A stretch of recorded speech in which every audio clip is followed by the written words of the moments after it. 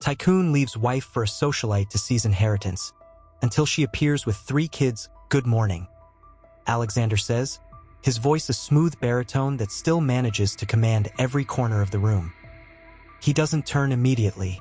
Instead, he gazes out over the city, as though he's counting the companies he's conquered, the fortunes he's built. When he finally faces his team, there's an intensity in his steel blue eyes that sends a shiver down your spine. "Today," he continues, "we solidify our position as the premier force in global energy."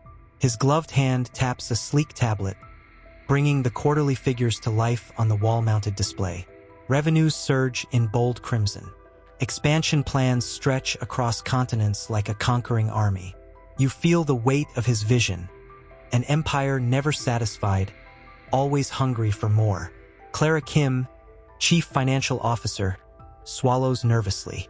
"Sir, the acquisition of Meridian Oil in 3 days will complete our portfolio. If we adjust the capital structure as proposed, the board will greenlight the merger by next week." Alexander nods, lips pressed into a thin line. "Excellent. Prepare the proposal for the board meeting on Thursday. I want every clause airtight." He pauses, scanning their faces. "We cannot afford unexpected dissent. Not now." As the team disperses to execute his commands, you notice the subtle tension in Clara's shoulders. She's brilliant, loyal, yet even she trembles under his relentless drive. Alexander watches them file out, then steps back to the windows. In that moment, he seems almost vulnerable. The city's ruler, yearning to secure a legacy that no one can take away. A soft knock breaks the silence. His personal assistant, Javier, appears at the door, holding an envelope embossed with the Sterling family crest. "Mr. Sterling, this arrived from your father's estate in Geneva." Alexander's jaw tightens. He crosses to the assistant, slides a finger under the seal, and opens the letter with deliberate calm. You watch as his expression shifts. First curiosity, then a flicker of something darker. "What is it?" Javier asks, but Alexander only shakes his head, tucking the letter into his breast pocket. "Nothing urgent. Family matters," he replies, voice curt. Javier bows and retreats, leaving Alexander alone with his thoughts. You sense the undercurrent, the inheritance he's fighting for, the fortune bequeathed by a grandfather whose shadow still looms large over the Sterling name.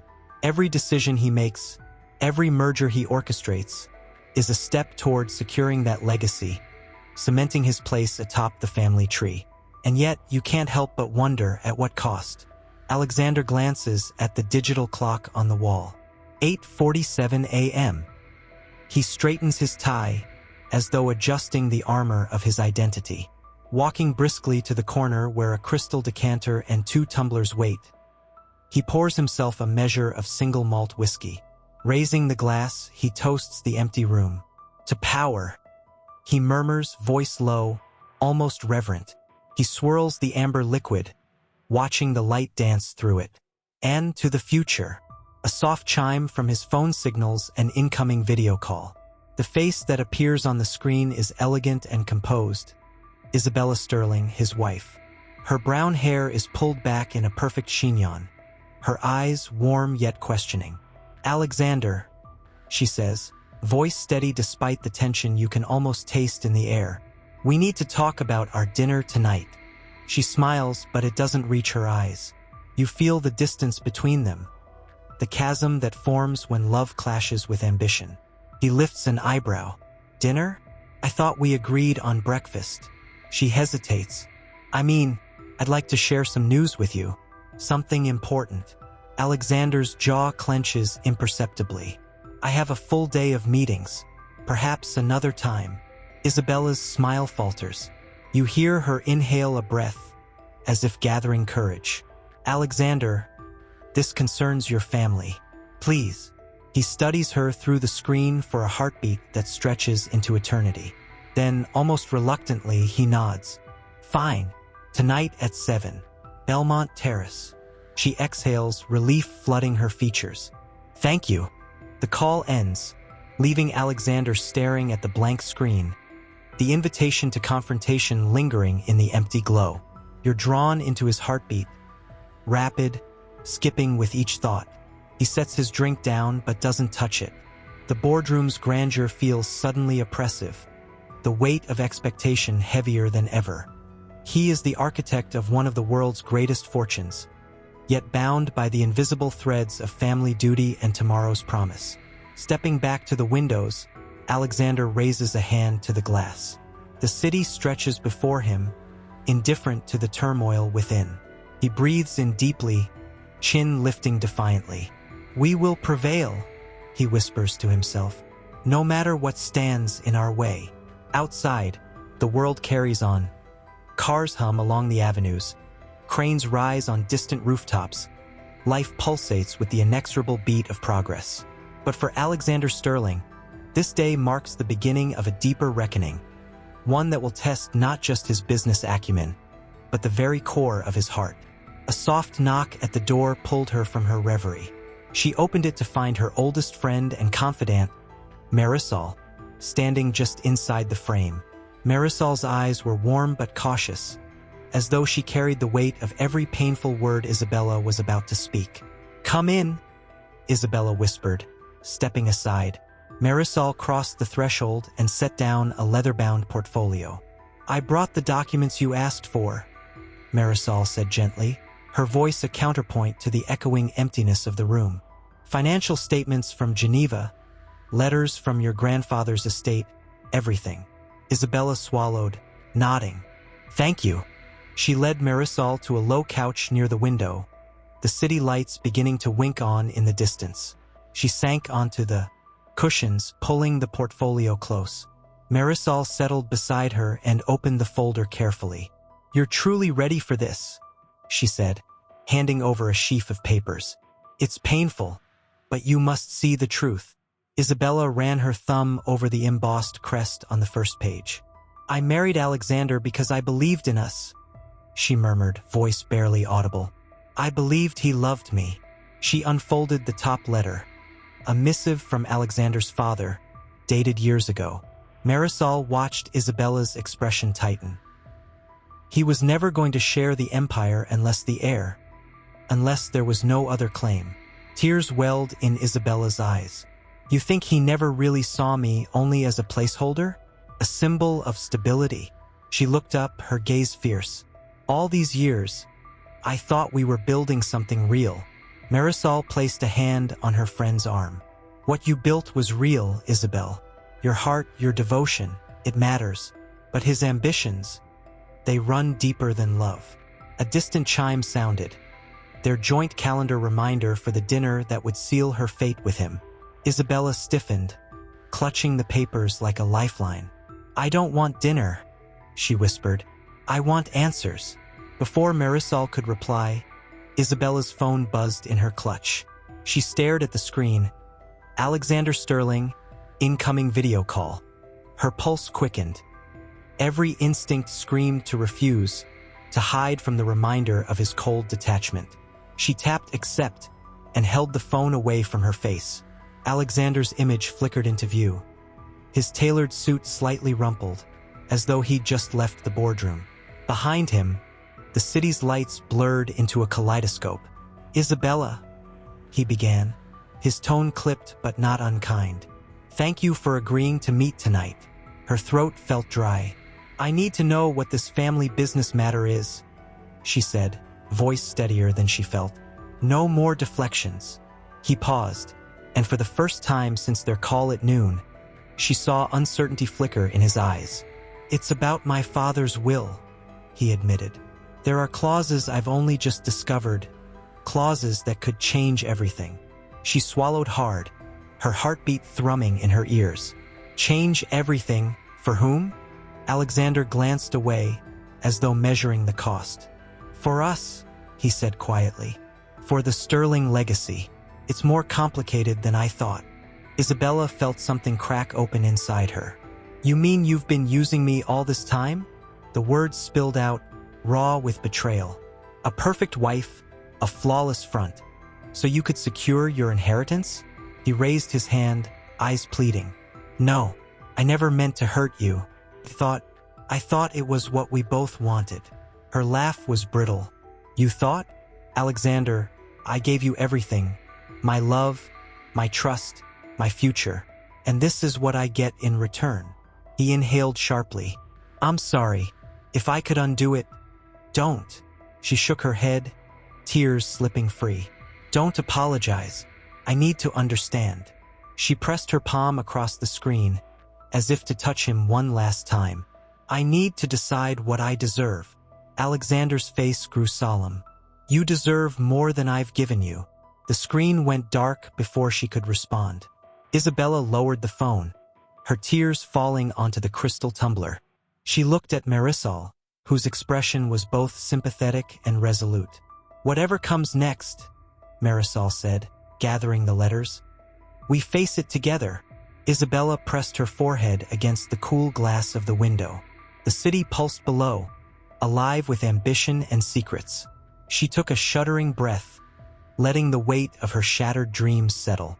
Yet beneath the sorrow, a flicker of something new glowed, a determination to reclaim her life, to confront the forces that had used her, and perhaps, today she glides between clusters of guests.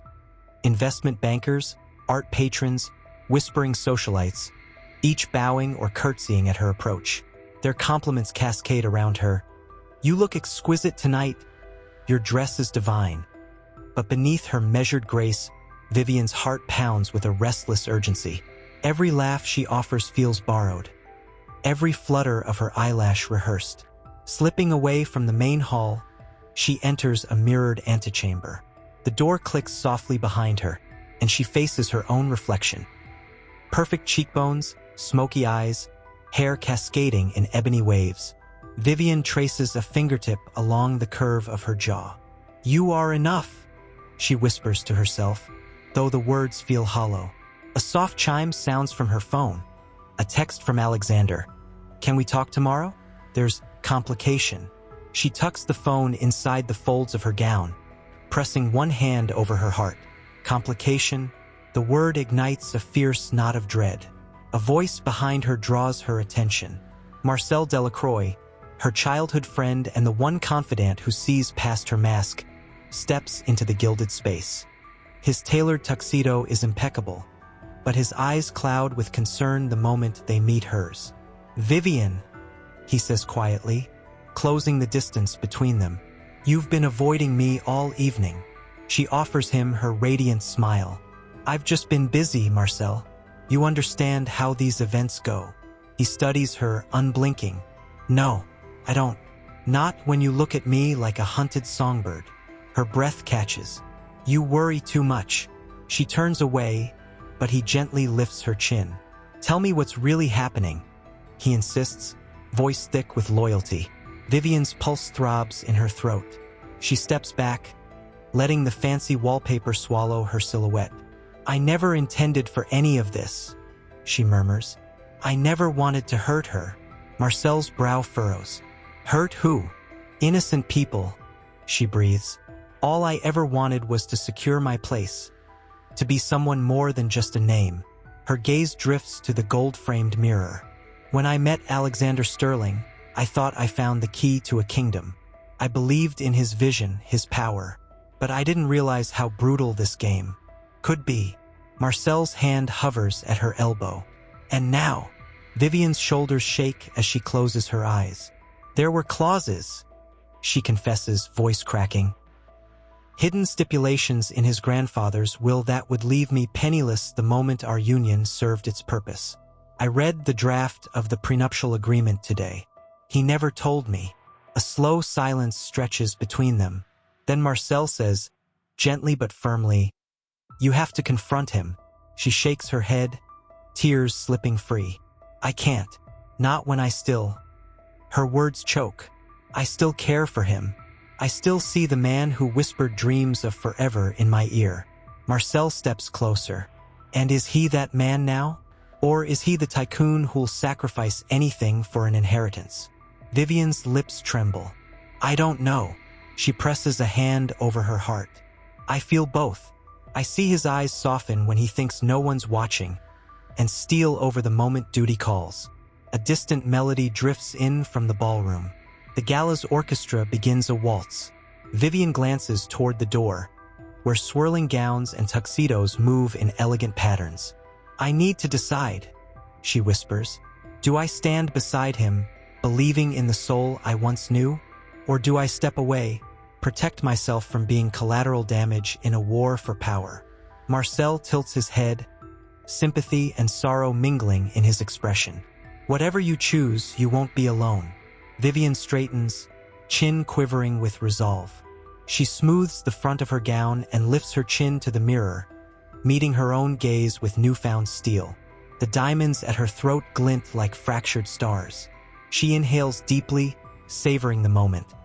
The scent of jasmine from her bouquet, the soft echo of laughter, the promise of a storm on the horizon. She steps back into the ballroom, heels clicking sharply against the marble. Guests turn toward her, their laughter and conversation pausing in polite curiosity.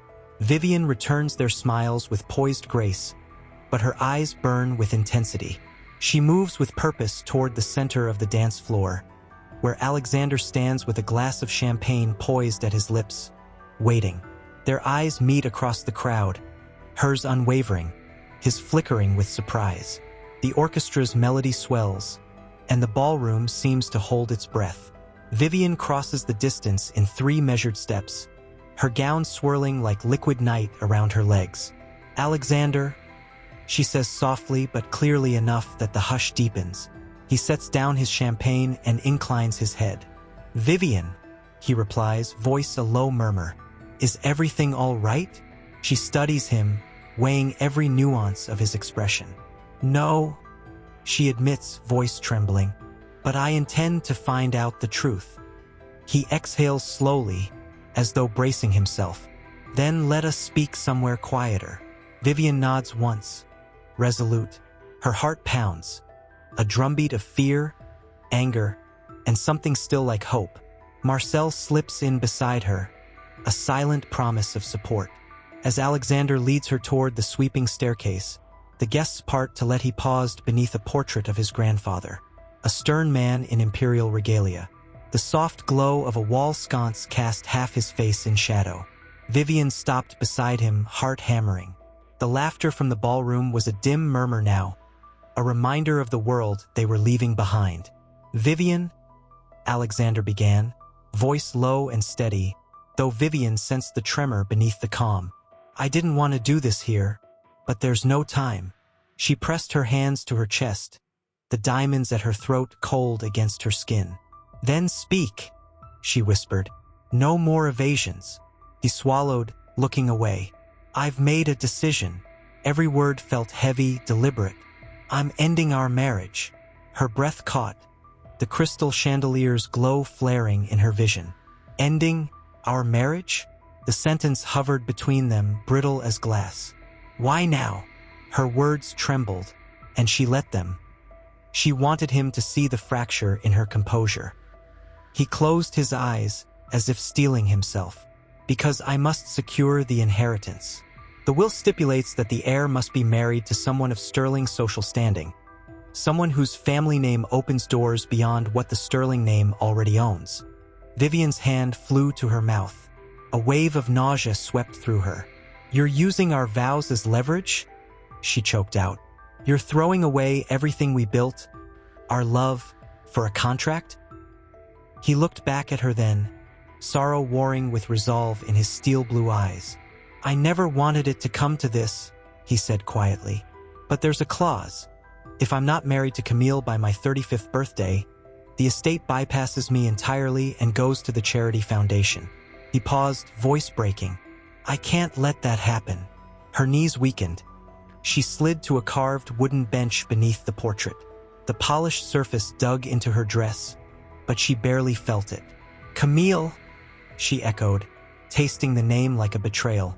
"That socialite who's danced on your arm for 3 months?" Her voice rose. "The woman who knows nothing of your heart?" Alexander knelt before her, placing a gentle hand on her knee. "She's the only one whose family lineage is unbroken. We don't share love, Vivian, but social stability." It secures the sterling legacy in a way I cannot risk. He closed his eyes. I'm sorry. She looked up at him, tears pooling in her lashes. The gilded hallway spun around her. So many ancestors staring down, as if demanding her acquiescence. You promised me forever, she breathed. You whispered that our hearts would guide you, not cold calculations. You lied.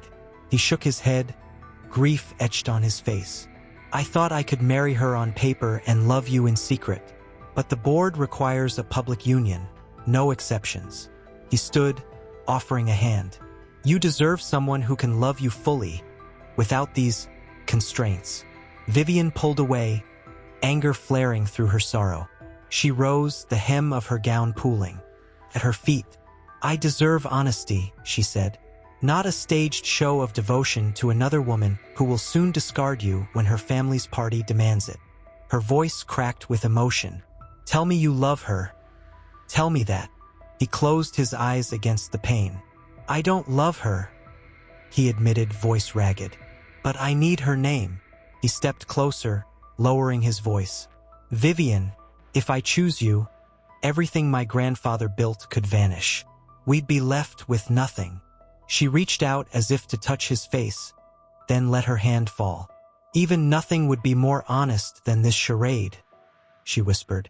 Is inheritance more important than me? Her tears fell, glimmering like broken stars. Alexander pressed his palm against the marble wall, leaning in, the weight of his choice crashing between them. I love you, he said, voice torn, but I also love what this name can do. For our children, for our employees, for our future. I'm trapped by legacy. She stepped back, as though stung. You speak of children as if they exist, Vivian said softly. Yet you abandon your wife for a contract. How can I ever trust you with a family? He closed the gap again, brow creased. Tell me what you want me to do. His plea was raw. His desire to salvage something of their love shone in his eyes. Vivian looked at him, the man she fell in love with standing before her, torn between ambition and devotion. In that moment, time slowed. The hush of the gallery, the crackle of distant music, even her own heartbeat, they coalesced into a single breath. I want you to choose me, she said, voice small but unwavering. Not the legacy, not the power. Choose us. He closed his eyes, anguish twisting his features. I wish I could, he whispered. But if I don't, this empire falls apart. He reached for her hand, but she evaded his touch. She lifted her head, tears still glinting. Then I choose myself. She turned away, the rustle of silk echoing down the corridor. I refuse to be collateral damage in your war for a name. Alexander reached out, but she walked past him, each step resolute. Only when she reached the gilded doors back to the ballroom did she turn once more. Her voice was steady, though her heart shattered with each word. Goodbye, Alexander. When the car pulled up to her townhouse, the valet was gone and the windows dark. She slipped inside, each step through the silent foyer cracking like ice underfoot. The door closed with a soft click, sealing her in a world without warmth or laughter. For a moment, she simply stood there, the emptiness stretching before her like a yawning chasm. Her phone buzzed. A notification from the gala's social feed. A photograph of her sweeping down the ballroom staircase had gone viral. Vivian Moreau, poised and proud, juxtaposed with the caption, "When power abandons you, what remains?" Comments scrolled in merciless waves. Sympathy drowned in speculation. Is their marriage over? She looked so afraid. What does the Tycoon know that he's hiding? Vivian's chest tightened. She swiped through the hate, the pity, the rumor mills, each ping a knife twisting in her heart. She dropped the phone onto a side table. It skidded across the marble floor before coming to rest against the leg of a gleaming console. She sank onto the most imposing chair in the room, its high back and carved arms designed for someone who wielded power. Tonight, it felt like a prison. A soft chime from the grand clock in the hall counted out the minutes. 12:07 a.m. Vivian reached for the leather portfolio Marisol had left, pulling out the letters and statements once more. Her fingers trembled as she traced the inked words. In the event of dissolution of the marriage, the entire estate shall be transferred to the Sterling Charity Trust. Beneath her breath, she whispered, "My life, my love, my dreams, all collateral." A knock at the door startled her, heart beating like a trapped bird. She rose and opened it to find Marisol, silhouetted in the moonlight. She stepped inside without waiting, arms laden with a thermos and a paper bag. "I couldn't leave you alone tonight," she said, voice gentle but firm. "Not after what happened." Vivian allowed herself a half-smile. "Thank you." She moved to the kitchen island, where Marisol set down a cup of steaming tea and a slice of tea cake. The sweet aroma filled the hush. Marisol watched her with quiet concern. "How are you holding up?" Vivian cradled the mug, warmth seeping into her palms. "Broken," she admitted, voice cracking. "Everything I believed in, it all feels like ashes." She looked up, eyes bright with unshed tears. "I don't even know who I am anymore." Marisol sat beside her, handing over the folded legal document. "You're still Vivian Moreau," she said softly. "Not a contract clause, not a socialite's accessory. A woman with her own story." She paused. "And stories have power." Vivian traced a line down the page. "This says I lose my title, my home, even my name if I don't sign the papers tomorrow." Her voice dropped to a whisper. "I'm damned if I stay, damned if I leave." Marisol reached across and squeezed her hand. "What do you want?" she asked, eyes steady. "Not the safe choice. What do you want truly?" Vivian closed her eyes, breathing deeply. The silence in the townhouse seemed alive, pulsing with anticipation. The walls held memories of happier nights. Candlelit dinners, whispered promises, laughter echoing in the halls. Now it all felt stained by betrayal. Yet within that ache, she felt a spark, an ember of resolve. "I want justice," she said finally, eyes blazing. "Not vengeance, I'm too tired for that. But justice. I want the truth to come out and for people to see who he really is." She stood, her chair scraping the tile. "I want to reclaim my name, my dignity. And I want him to understand that you can't use a person as a stepping stone without consequences."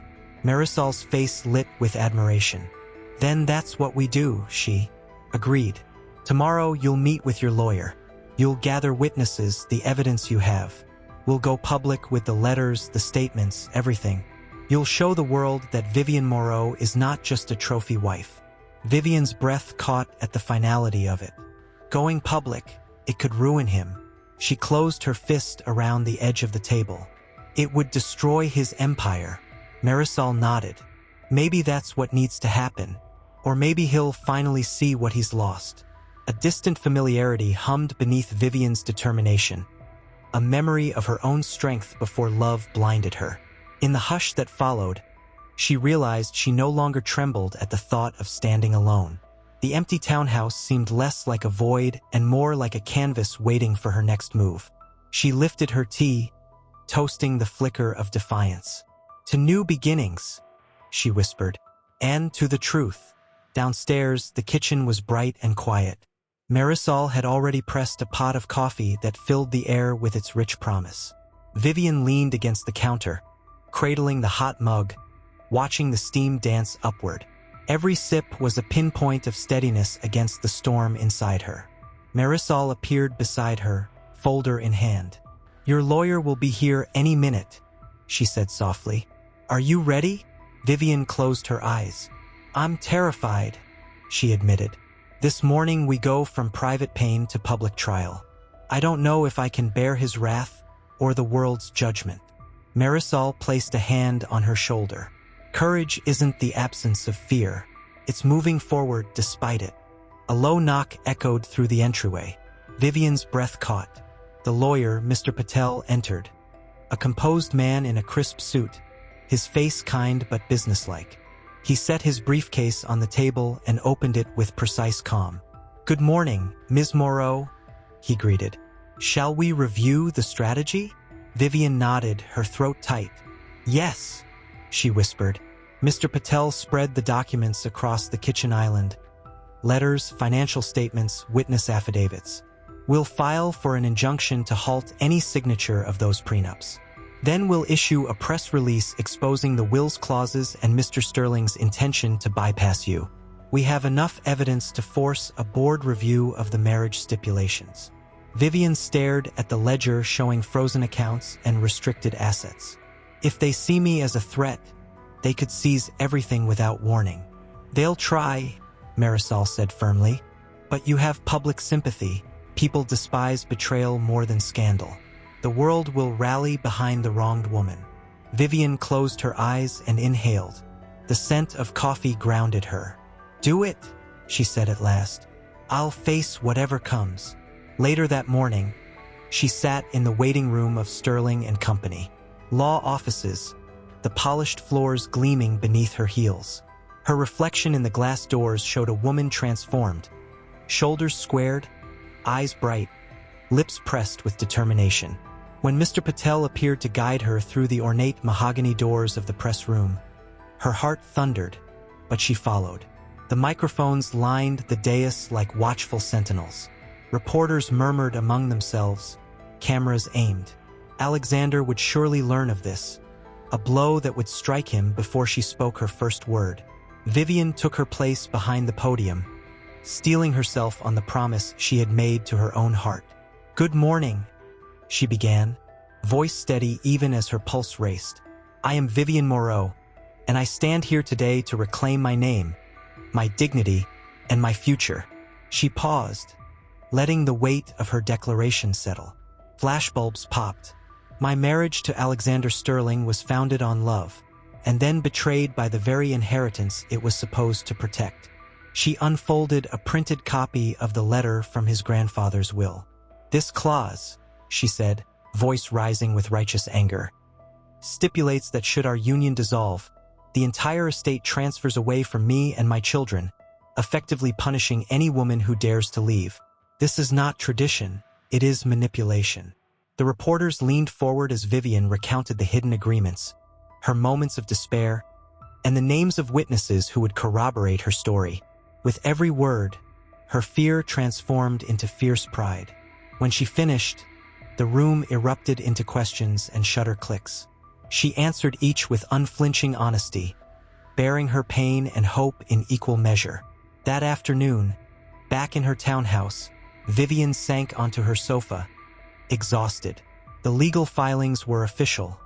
The press release was out. She'd seen Alexander's face on every news channel. Conflicted, haunted, powerless. A part of her ached with guilt, but another part soared at the thought of shedding the chains he'd wrapped around her heart. Marisol brought tea and a plate of macarons.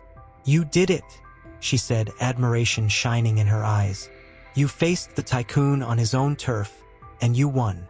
Vivian closed her eyes, tears slipping free. Now the real battle begins, she murmured. He won't back down easily. He'll fight me in court, in the media, anywhere he can. Marisol took her hand. And we'll meet him at every turn. But look at yourself, you're stronger than you ever knew.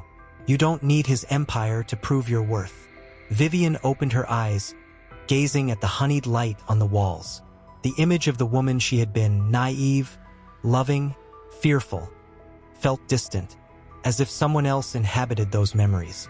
She straightened, voice quiet but fierce. I will help other women in my position. I'll start a foundation to support those trapped by unfair contracts. If this is my legacy, I'll make it one of empowerment, not oppression.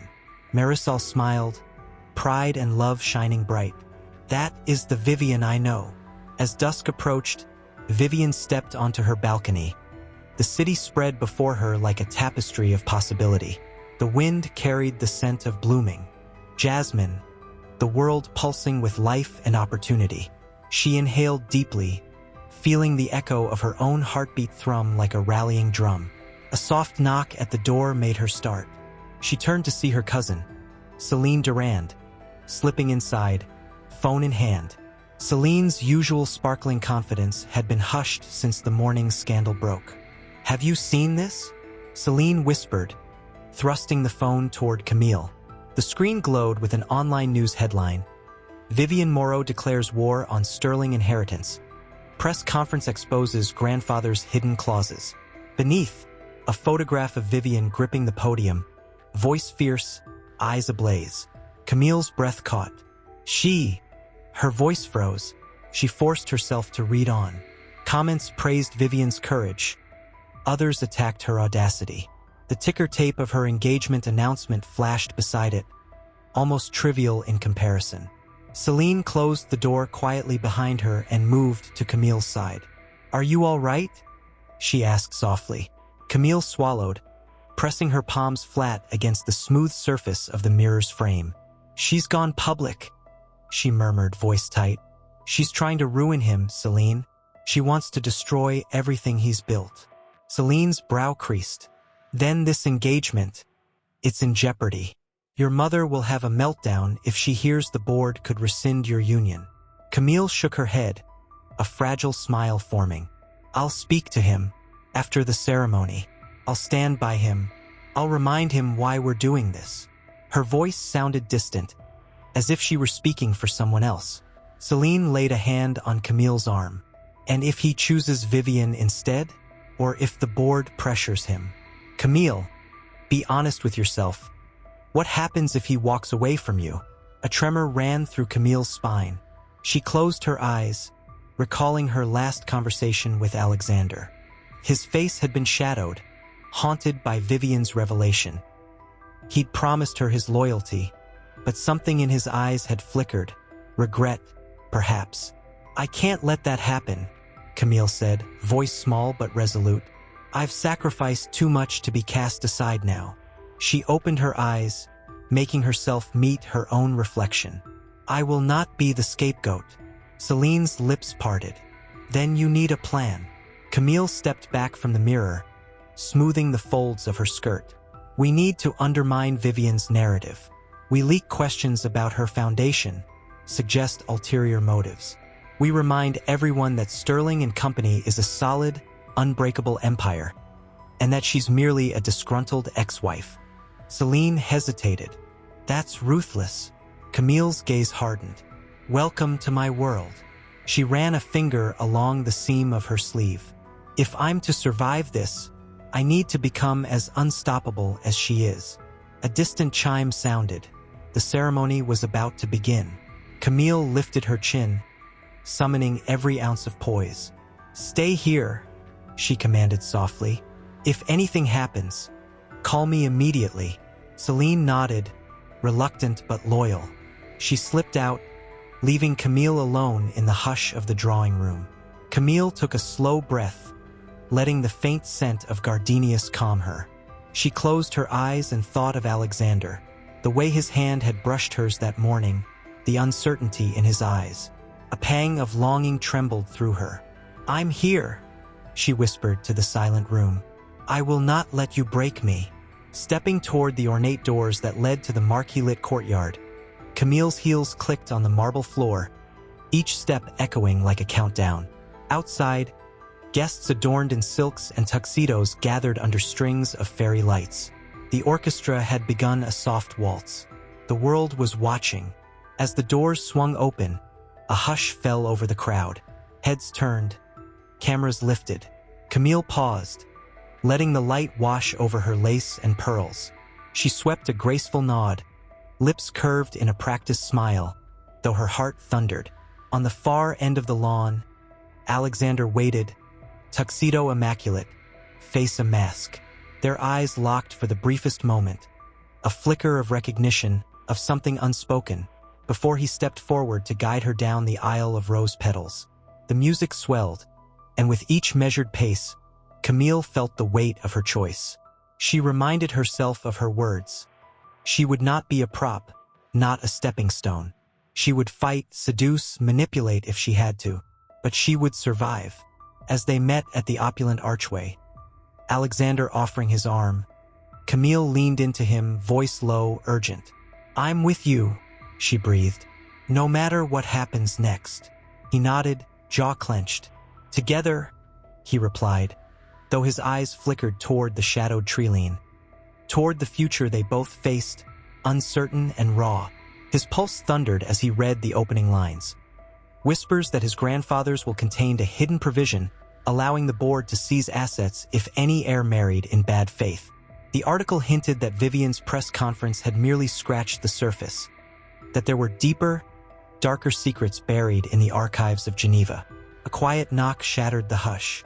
He folded the paper and slipped it into his pocket, smoothing his tuxedo jacket. "Come in," he called. Inside, Marcel Delacroix hovered by the door, eyes solemn. "I found this on the car windshield as I arrived," he said, passing Alexander a second clipping. This one from an underground financial blog. Its subheading read, "Insider sources claim Sterling Charity Trust is a shell for offshore accounts." Alexander ran a hand through his hair, the weight of legacy crushing him. "They're everywhere," he muttered, voice tight. "Every whisper becomes a gale-force wind." Marcel moved closer, concern etched in his features. "What will you do?" Alexander looked out over the city, streetlights twinkling like distant stars. "I need to control the narrative," he said, tone sharp. "If these rumors take root, our empire will crumble." Marcel nodded. "And what about Vivian?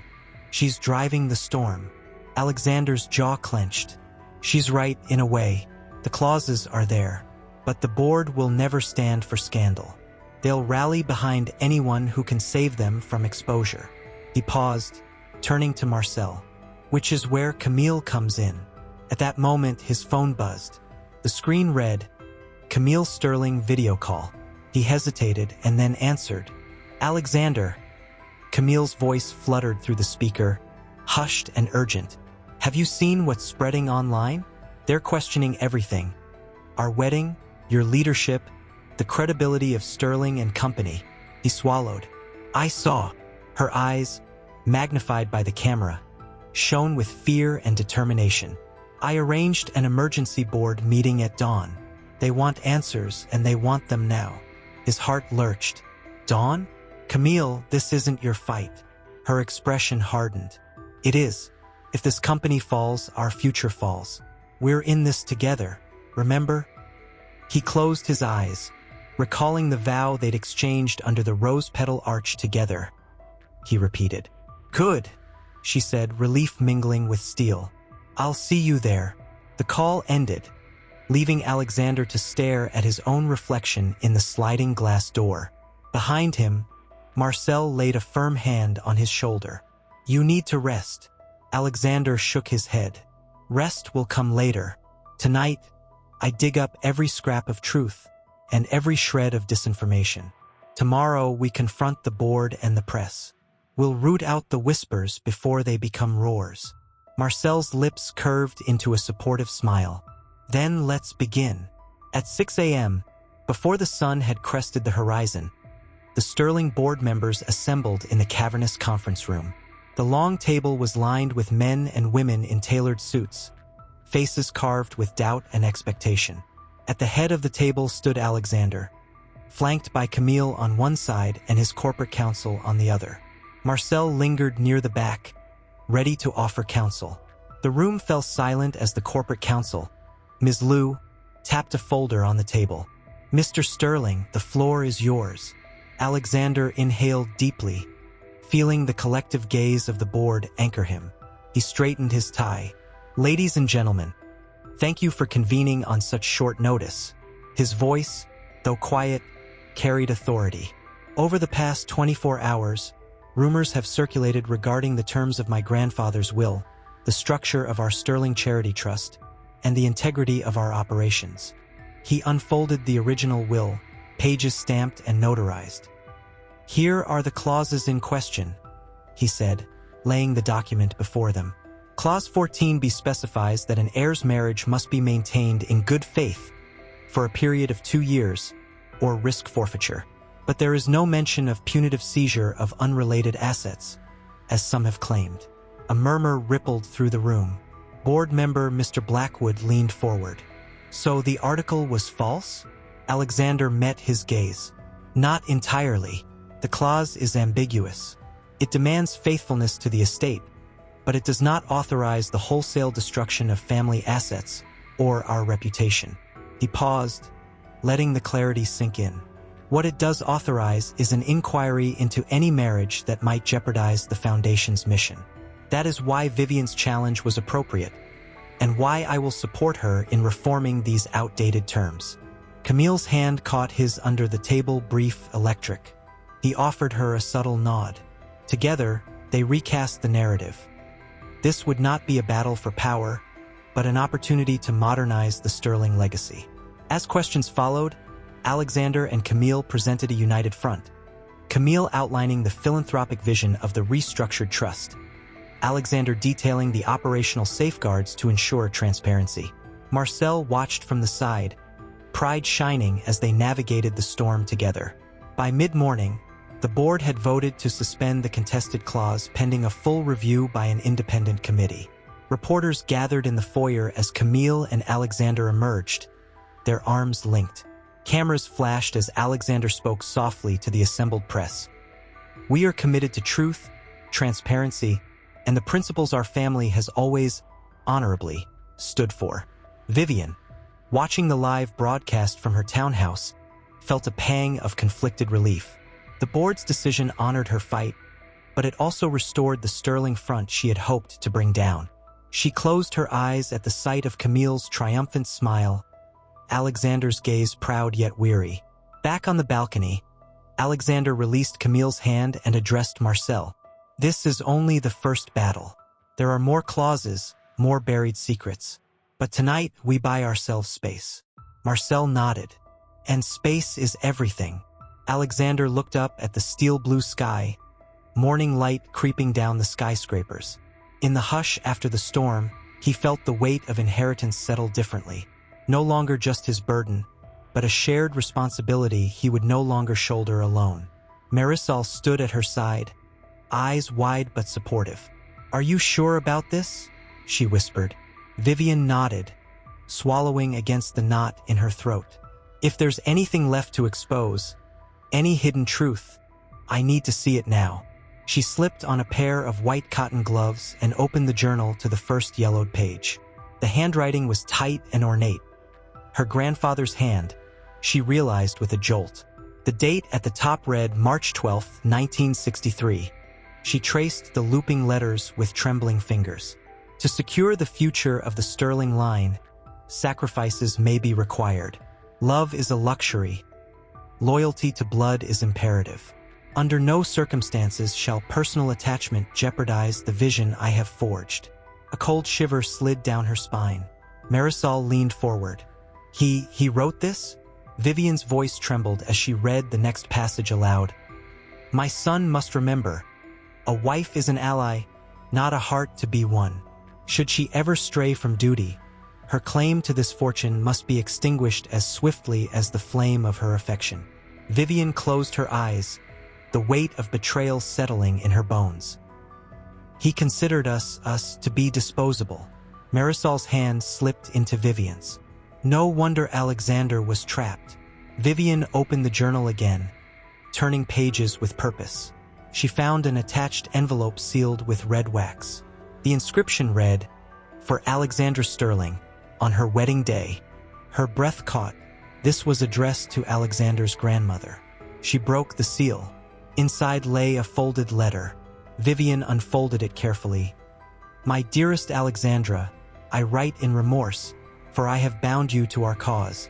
When we wed, I vowed to share all of my wealth and secrets, yet I feared your heart might stray. Thus, I have written clauses into our contract should you ever dare to leave. Know that marriage in the Sterling house is sacred only in appearance. In truth, it is a covenant to the empire. Forgive me, my love, if I have betrayed our vows to protect a legacy greater than any two hearts." Her vision blurred with tears. Marisol squeezed her hand. This is monstrous." Vivian folded the letter back and pressed it to her chest. "He betrayed his own wife." Her voice cracked, and Alexander grew up under this shadow, thinking duty meant crushing love. Marisol's eyes brimmed. "We must release this letter, publicly." Vivian shook her head, tears slipping down her cheeks. "We'll wait. There's more." She turned to another packet tucked in the journal's binding. Inside was a list of names, women the Sterling patriarch had married or engaged, followed by dates and terse annotations: annulled, discord, divorced, misconduct, widowed, untimely, separated, unfaithful. Each line punched through Vivian's chest like a blade. She looked up at Marisol, voice tight. He treated every bride as a chapter to be closed. Marisol swallowed hard. The board will see this as defamation, unless we time it perfectly. Vivian closed the journal gently. I need to talk to Alexander. The Sterling penthouse was impossibly silent when Vivian arrived hours later. She paused at the foyer, watching the light fade through the grand windows. Each step toward his study felt like walking onto a stage. Alexander looked up from behind his desk, his face drawn with exhaustion. Vivian, he said quietly, surprise and something else. Regret. In his eyes, she held the journal out to him. Read this. He took it, brows knitting as he flipped through the pages. The room grew still, the only sound the soft rustle of paper. When he reached the first entry, his face paled. He read the letter to Alexandra slowly, each word a blow. Vivian watched his chest rise and fall, the man she once loved collapsing inward under the weight of his grandfather's cruelty. After a long silence, he closed the journal with a soft snap. I never knew, he whispered, voice hoarse.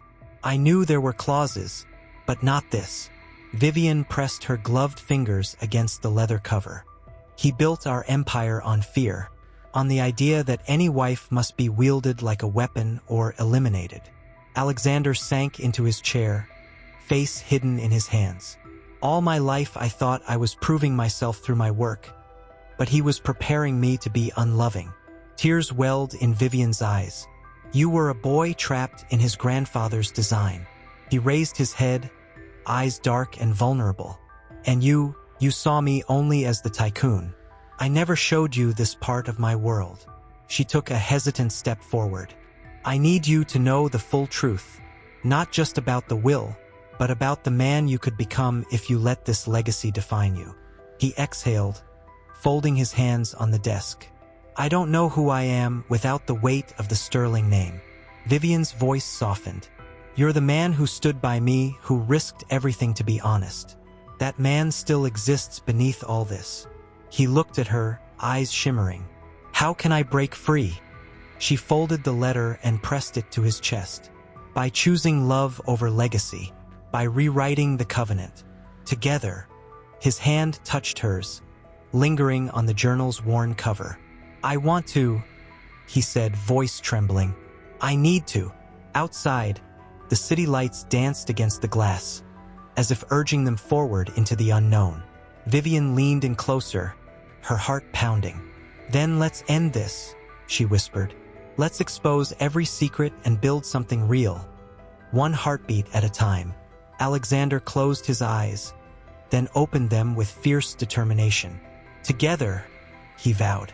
I have to do this today, Vivian said, voice soft but firm. She lifted the tote. They deserve their father's truth. Alexander rose, tension coiling in his shoulders. Are you sure? Once they're here, there's no turning back. The weight of what lay ahead pressed on him. His children, proof of his hidden life. Vivian inhaled, the cool air filling her lungs. No more hiding. She unlocked a side door, revealing a small, warmly lit sitting room beyond. 3 tiny faces peeked around the frame. 2 girls clutching a stuffed bear between them, and a boy a step behind, wide-eyed and clutching Vivian's skirt. Time seemed to stretch as Alexander's breath caught in his throat. He took an involuntary step backward. Papa? Whispered the eldest girl, Luna, her curls tumbling over her shoulders like soft shadows. Her dark eyes shone with curiosity and longing. Alexander's throat tightened. He knelt, voice breaking. Luna, my sweet girl. He extended trembling hands, and she ran into his embrace, tiny arms wrapping around his neck. Vivian smiled through tears as the younger sister, Stella, stepped forward and peered shyly at her father. Papa? She echoed, voice softer, cautious, as though testing the boundaries of this long-lost bond. Stella? Alexander breathed, lifting her into his other arm. Her head rested against his chest, and he closed his eyes, pressing a kiss to her temple. The study's stern lines softened in that moment. The formidable Tycoon undone by the warmth of his 3 children. Behind them, Matteo, the youngest, hovered. Vivian knelt beside him. "It's okay, sweetheart," she murmured. "Meet your father." Matteo's lower lip trembled. Alexander gently coaxed him forward. "Come here, buddy." Matteo toddled into his arms, wrapping fat little fingers around his father's tie. Alexander laughed, a trembling, joyous sound that echoed in the hush. Vivian retrieved a sweater from her tote and draped it over Matteo's shoulders. She stood back, letting Alexander hold their children close. The silent moment stretched, charged with a mixture of relief, love, and an undercurrent of dread. The rest of the world would soon learn of these 3 souls. Finally, Alexander set Stella down. He brushed a hand through Luna's curls and looked at Vivian, eyes shining. "They're beautiful." Vivian's voice trembled with pride. "They've only known our quiet life, but today they'll have to step into your world. We'll bring them to the board meeting, introduce them as your heirs, and the reason these clauses must change." Alexander inhaled, resolve replacing his shock. "Yes, they'll show the board that family means more than contracts." His gaze settled on Luna, who tugged at his sleeve. "Papa, will you take us to see the big building where you work?" He blinked back tears. "I promise." He turned toward the desk, picking up the journal of his grandfather. "Everything we uncovered, I'll present it, but first, they need to see where I spend my days." Vivian squeezed his arm. "I'll bring them to the car. Be ready in 10. Alexander nodded, smoothing his suit jacket as if to armor himself anew. Vivian scooped up the children, Luna giggling as Stella twirled in the sweater, Matteo babbling happily, and led them out. Moments later, Alexander watched from the window as they descended the marble staircase, the 3 little figures trailing behind Vivian like a triumphant parade. His chest swelled with a fierce protectiveness. He closed his eyes, picturing the boardroom filled with executives, their expressions stiff with skepticism. But now, on his arm, he would bring the living proof of his heart beyond inheritance. His daughters, his son. The board would have to reckon with more than documents. They would face 3 pairs of eyes full of trust, and a wife whose courage lit a path through every secret. He straightened, taking one last steadying breath. When he opened his eyes, the polished portrait of his grandfather seemed to watch him from the wall, stern as ever. But Alexander felt no fear now. Love had taken root in his life, growing stronger than any clause could bind. As the elevator doors slid open, he stepped inside, smoothing his tie one last time. The mirrored walls reflected back a father, a husband, and a tycoon determined to remake his legacy. "Hot chocolate?" Vivian asked, glancing at each eager face. Luna nodded, Stella clapped her hands in delight, and Matteo bounced in his booster seat, fingers already reaching for the sugar bowl. Vivian allowed herself a small smile. The normalcy of it all felt delicious after weeks of courtroom drama and boardroom battles. She lifted her phone to check the time. 9:14 a.m. Plenty of time before Alexander arrived to take the kids on their weekend outings. Before she could send a quick text, a voice behind her stopped her breath cold. "Vivian." She turned, heart hammering. Alexander stood in the doorway, his tailored coat draped over one arm, briefcase in the other. Even in the soft morning light, his face was a storm. Eyes dark with a mixture of regret and something like anger. He stepped forward. "You shouldn't have brought them here without telling me." Vivian's chest tightened. "I called you yesterday. You said you'd be busy at the committee meeting until noon." Her voice was steady, but she could feel the tremor in her hands. "I just wanted a quiet morning." Alexander's gaze flicked to Luna, who was already hugging her hot chocolate mug like a lifeline. "They shouldn't be raised on secrets," he said, voice low. "They deserve both their parents together." She reached for his hand across the table, but he stopped inches away. "Not like this." His voice cracked. "You're using them." "Using them?" Vivian's shock flared into hurt. She stood, pulling Stella into her arms protectively. I brought them here to have breakfast, Alexander, not for leverage. He pressed both palms to the back of a chair, leaning forward. Then why keep them hidden from me for so long? Why not let me be the father I want to be? Tears stung Vivian's eyes. She straightened, meeting his gaze. Because every time I tried, you were too busy. First with Camille, then with the board. The only way I could be sure they were safe was to keep them close to me. His jaw clenched. So you kept me away, he whispered. You decided I wasn't worthy? She shook her head, tears slipping free. I decided I couldn't risk them being hurt by politics again. You gave up on them once. How do I know you won't again? His eyes softened for a moment, regret pooling deep. I never gave up on them. Then prove it. Vivian's voice rose, drawing the barista's curious glance from behind the counter. Stop talking about control. Start showing up. Sit down, have breakfast with us, and show them you care. He hesitated, pain flickering across his features. Vivian took a steadying breath, pulling down her shoulders. They love you, Alexander. They need you, not as their Tycoon father, but as their daddy. Slowly, he set down his briefcase and coat on the floor beside the table. The children watched in silence, sensing the tension but hopeful at his presence. Luna and Stella exchanged an excited glance. Even Mateo quieted, wide-eyed. Alexander drew out the empty seat across from Vivian. His movements were stiff, uncertain, like a man relearning how to breathe. When he finally sat, the chair creaked, and his gaze flickered between Vivian's tear-streaked face and his children's hopeful eyes. I'm here, he said, voice soft. I'm sorry I wasn't sooner. He looked at Luna, voice trembling. Luna, would you like me to pour your hot chocolate? Luna's smile was immediate, radiant. Yes, Papa, she cried. Stella leaned forward too. Me too, she added.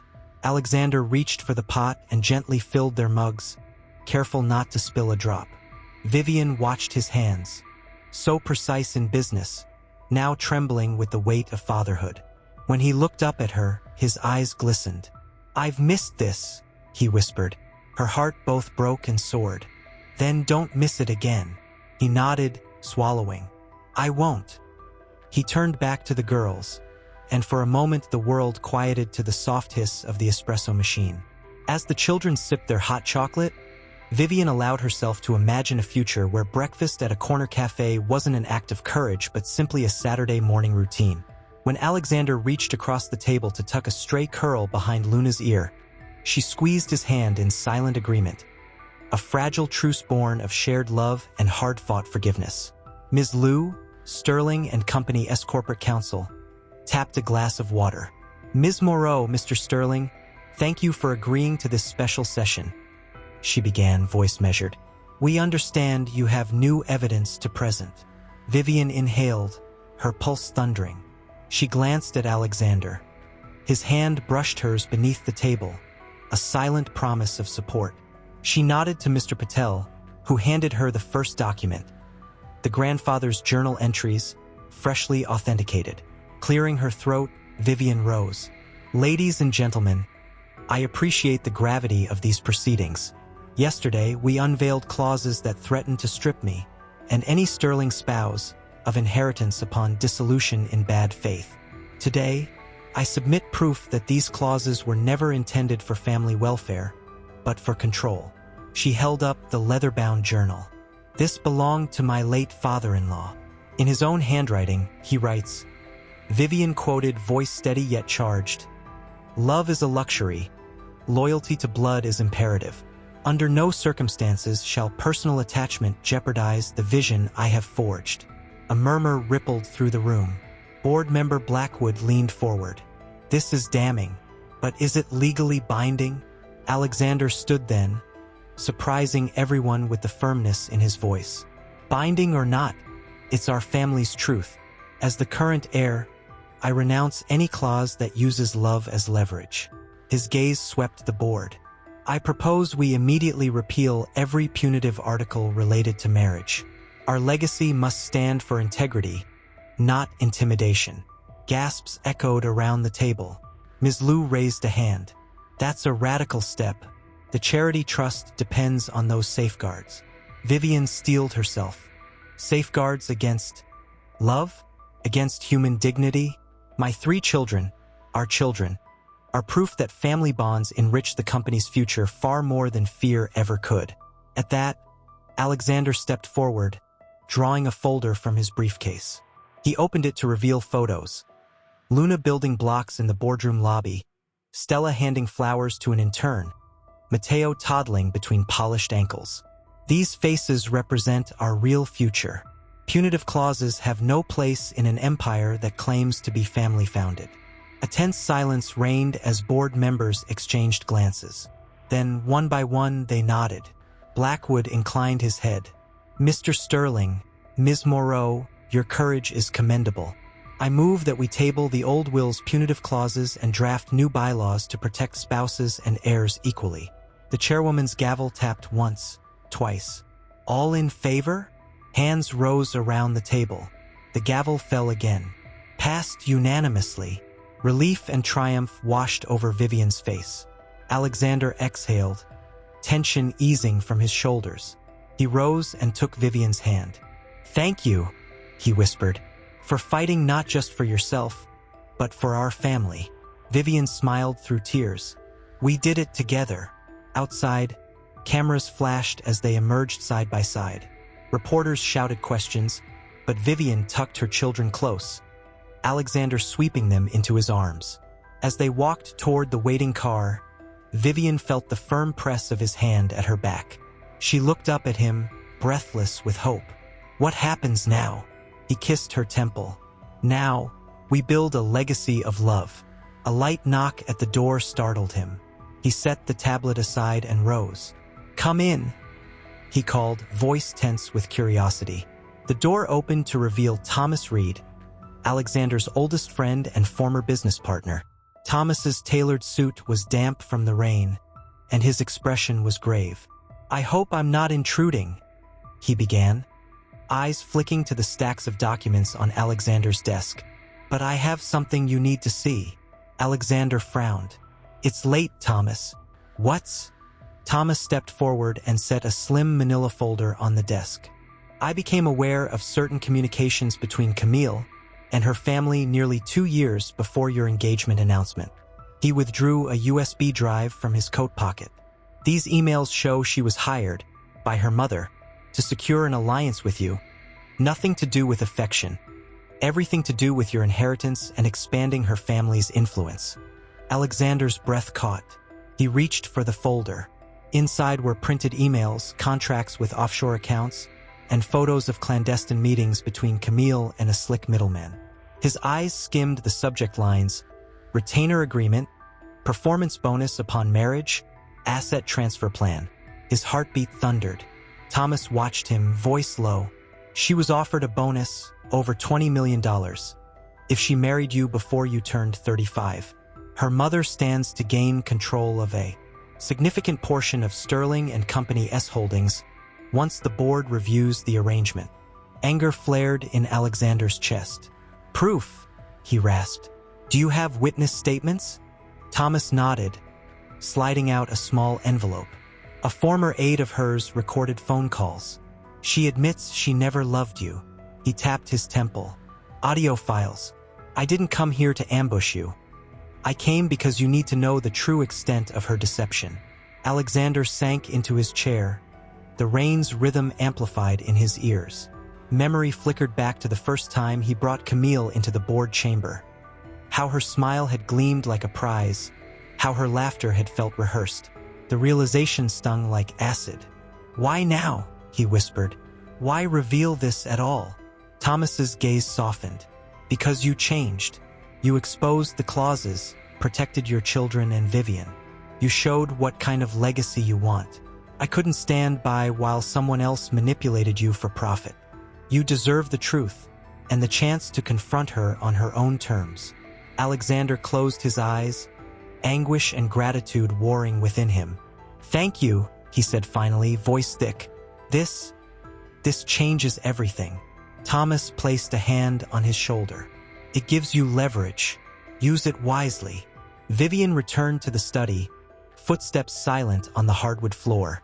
She paused at the doorway as she saw Alexander's drawn face and Thomas beside him. The USB drive caught her eye. "Everything okay?" she asked softly. Alexander held out the drive. "Thomas brought me evidence of Camille's scheme." His hand trembled. "She was never here for me, only for the fortune." Vivian's eyes widened, tears flickering. She stepped forward, clasping his hand. "I'm so sorry." He shook his head, guilt shadowing his features.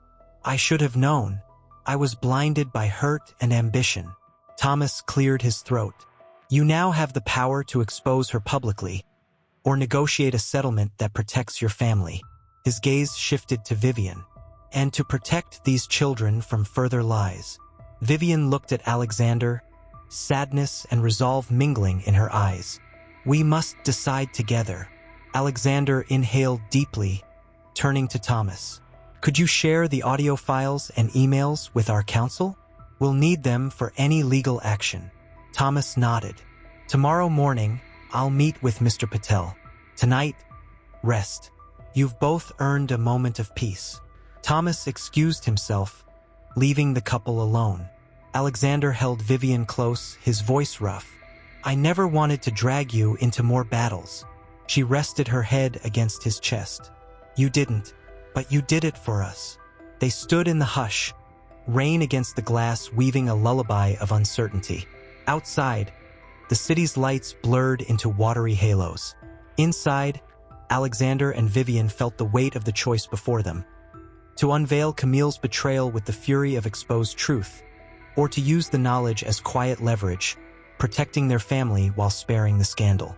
Alexander took Vivian's hand and kissed her forehead. "Tomorrow, we decide how this ends." Vivian nodded, voice soft. "Together, Mom? Dad?" she whispered, voice trembling with wonder and confusion. Vivian sat up instantly, brushing Luna's hair back. "Good morning, sweetheart," she said, voice soft but shaky. "Go wake your brother and sister. Daddy and I need to talk." Luna nodded and backed out, footsteps light on the carpet. Moments later, Stella and Matteo tumbled into the room, rubbing sleepy eyes.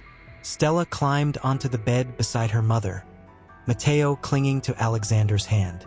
Alexander cleared his throat, heart hammering. He knelt to meet Matteo's gaze.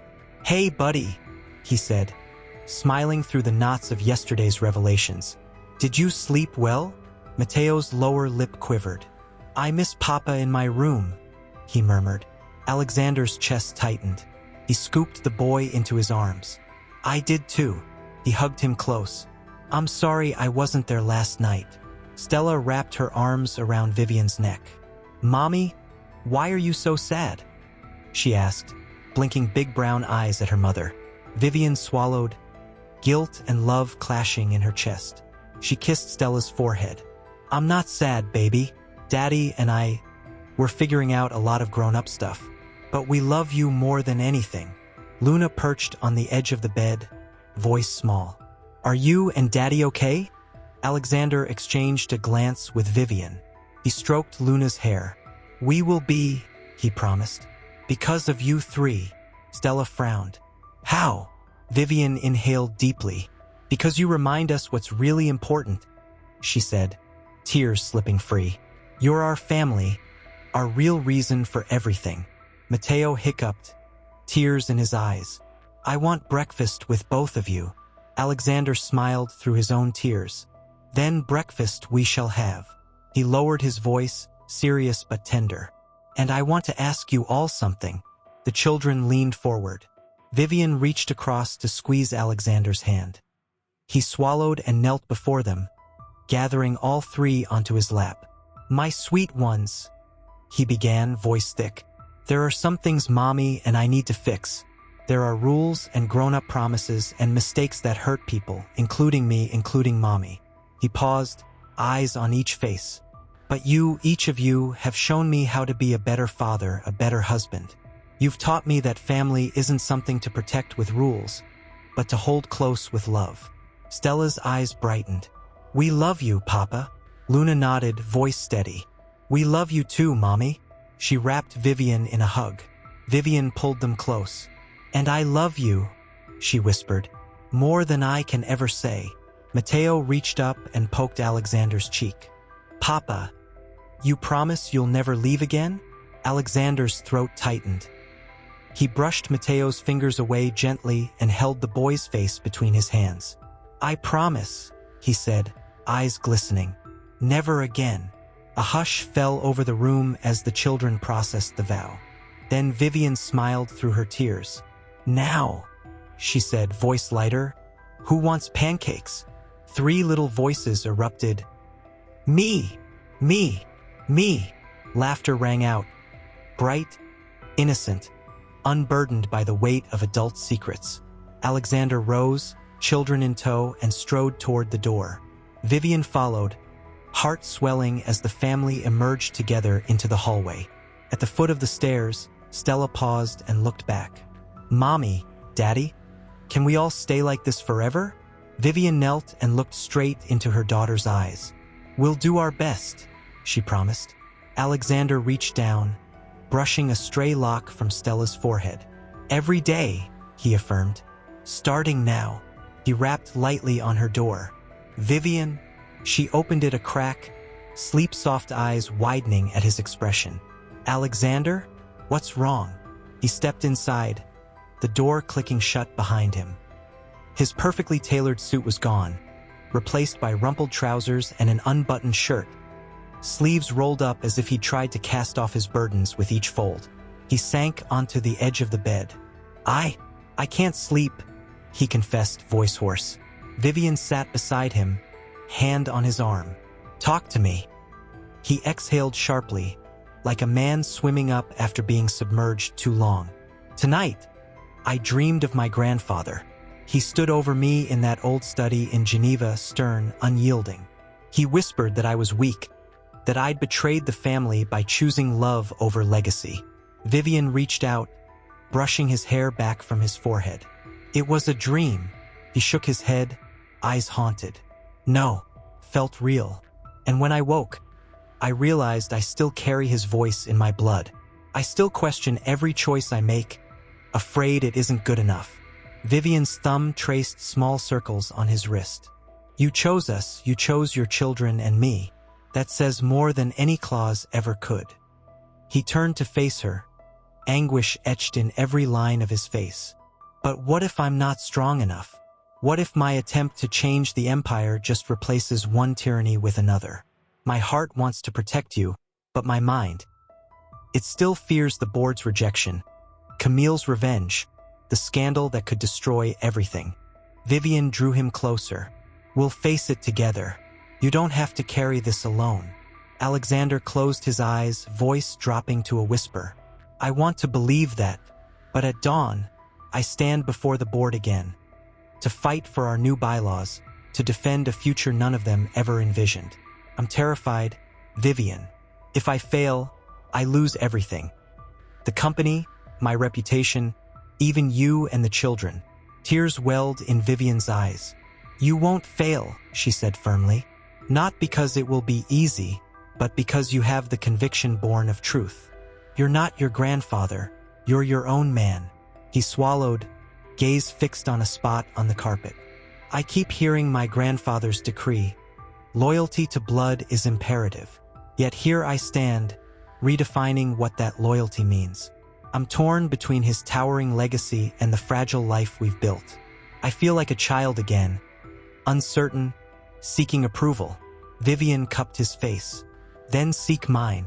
You have mine, unconditionally. He closed his eyes against the warmth of her touch. Thank you, he whispered. But what if the board demands we reverse everything? What if they threaten to oust me if I don't comply with the old clauses? She pressed her forehead to his. Then we remind them who we serve. Not their profits, but the people, our family, your employees, the communities we impact. You've already shown them that compassion can drive success. You've done it once. You can do it again. He opened his eyes, darker than the night outside. I'm afraid compassion won't be enough. Vivian leaned back slightly, searching his eyes. I have faith in you, Alexander, in us, and in love. She let her voice soften to a secret promise. Tomorrow morning, when the boardroom doors open, you'll walk in not as a man haunted by a ghost, but as a leader guided by his own convictions. He nodded slowly, drawing strength from her certainty. I'll try, he said. I just needed you to know. Vivian stood and offered her hand. Now come to bed. We both need rest, for whatever storm dawn may bring. He took her hand and rose, surrendering the weight of his legacy for a moment to the simple act of holding her. Together, they slipped beneath the covers, the children's steady breathing a lullaby against the night's uncertainties. The doors swung open, and the room fell silent. Around the long mahogany table sat the board members, stern faces illuminated by the morning light filtering through the city's skyscrapers. At the head, the chairwoman's expression was unreadable. To Alexander's right sat Camille, her posture elegant, mask of calm flawlessly in place. To his left, Vivian gripped his hand beneath the table, eyes bright with encouragement. He stepped forward. Good morning, he began, voice steadying as he met each pair of eyes in turn. Thank you all for convening so quickly. He laid the grandfather's journal on the podium, then turned back to face the board. Yesterday, we agreed to suspend the punitive clauses. Today, I propose something greater. He paused, letting the hush deepen. Camille's eyes flickered. Alexander drew in a breath. I am prepared to restructure this company so that no future Sterling heir or spouse ever fears losing their inheritance because of love. I will transfer 20% of my personal shares into a protected family trust, managed by an independent board, to benefit Vivian, our children, and any future spouse. A murmur rippled around the table. He lifted his chin. This trust will be irrevocable. Those shares will fund education, healthcare, philanthropy, anything our family needs, without interference from Sterling and Company's corporate ambitions. Love will be guaranteed in our legacy, not sacrificed to it. Camille rose then, voice cool. Alexander, with all due respect, this endangers our capital structure. The board has a duty to shareholders. He held up a hand. I understand, but my first duty is to my family. His gaze dropped to Vivian, then to the empty chair where his old grandfather's portrait hung. I will not lead a company that betrays its own blood. If you cannot support this, then I will step down as CEO and leave Sterling and Company in the hands of those who can. His voice trembled, raw with conviction. Silence pressed in. Board members exchanged hesitant looks. The chairwoman leaned forward. Mr. Sterling, this is revolutionary. But our shareholders... Vivian stood, surprising both Alexander and the board. I speak as his wife and the mother of his children, she said, voice ringing clear. My family needs more than lip service to love. We need real safeguards. I support Alexander without reservation. She moved to stand beside him. If this trust guarantees my children's future, then I ask the board to approve it. Camille's face paled. She opened her mouth, hesitated, then closed it again. Alexander nodded gratefully to Vivian. Thank you. He turned back to the board. Let us vote. Not for me, but for a Sterling legacy built on love. The chairwoman tapped her gavel. All in favor of establishing the Sterling Family Love Trust as described? Hands lifted, one by one. Each board member voted aye, until every hand but Camille's rested on the table. A single dissent. Camille's lips thinned. She rose, voice cold. Then I formally tender my resignation as incoming spouse of the heir. I will not be party to what I consider a reckless use of corporate assets. She gathered her purse. Congratulations on your love legacy. Without another word, she swept from the room, heels clicking ominously against the marble floor. The door closed, leaving Alexander and Vivian alone before the board. Alexander's pulse pounded as the chairwoman rapped the gavel. Motion carries unanimously with one resignation. The trust is established effective immediately. She offered them a small, respectful nod. Vivian exhaled, relief and triumph flooding her face. Alexander turned to her, voice unsteady. "You stood with me," he said, pulling her into his arms. She reached up, fingertips trembling as she touched his cheek. He inhaled her scent, chest swelling. "Together," he whispered. In that hush after the storm, the boardroom felt impossibly still. History made, legacy transformed. Outside, the city gleamed, unaware that within these walls, love had won its decisive victory. And as Alexander led Vivian toward the door, hand in hand, he knew that whatever challenges tomorrow held, Alexander tapped the microphone. His voice, steeled by the night's boardroom victory, carried clear across the murmuring crowd. "Thank you all for joining us. Tonight marks not just a celebration of charity, but the promise that love will shape our legacy." A ripple of applause followed. Vivian's heart swelled as she watched the guests' faces soften, moved by the sincerity in his tone. But across the room, where the organza drapes met the marble floor, a solitary figure emerged in stately poise. Camille. Her gown, an immaculate shade of ivory, shimmered under the lights, but her expression was cold, her lips a razor-thin line. Whispers trailed behind her as she made her way toward the dais. Alexander's confident smile faltered. Vivian felt a tremor in his hand. She placed a reassuring palm on his back. Alexander cleared his throat. "Camille, you?" She lifted a gloved finger to silence him. "Mr. Sterling." Her voice was ice spun into velvet. "You've invited us here to laud a stolen inheritance. This gala, and your trust, owes its existence to my mother's ambition." She turned to the audience, voice ringing. "I was promised millions for this marriage. I fulfilled my part. Yet I find myself cast aside, replaced by a scheming ex-wife hungry for revenge." A hush fell. The children looked up, wide-eyed. Vivian gripped Luna's hand. Alexander stepped forward. "Camille, that accusation is false." She laughed, brittle. "False? I hold the contracts." She drew a slim envelope from her clutch. "Here is my proof. The retainer agreement, the performance bonus schedule, the emails arranging offshore transfers. This trust you praised tonight was seeded by my family's money, not by love." He swallowed, the crowd's curiosity shifting to shock. Vivian's heart hammered in her chest. She caught Alexander's eye. He needed her now. Vivian lifted herself onto the dais beside him, voice strong. "May I?" She took the envelope with steady fingers. "These documents do indeed exist, but the board has already invalidated any clause or contract that treats a spouse as a commodity." She tapped the contract. "Your contracts were nullified in our vote.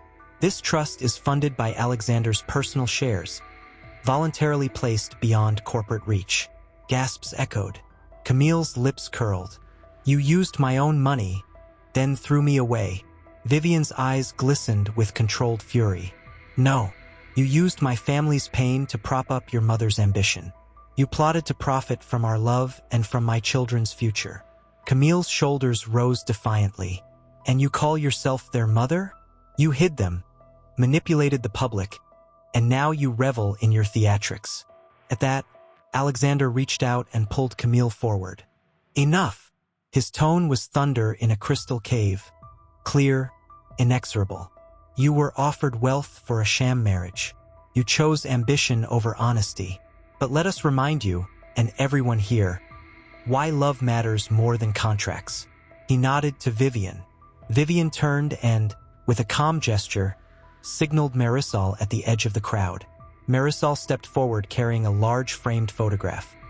The four of them, Alexander, Vivian, Luna, Stella, and Mateo, at breakfast in the corner cafe, laughter in their eyes, genuine warmth in every line of the image. She lifted it high. "This is the face of our family," Vivian said.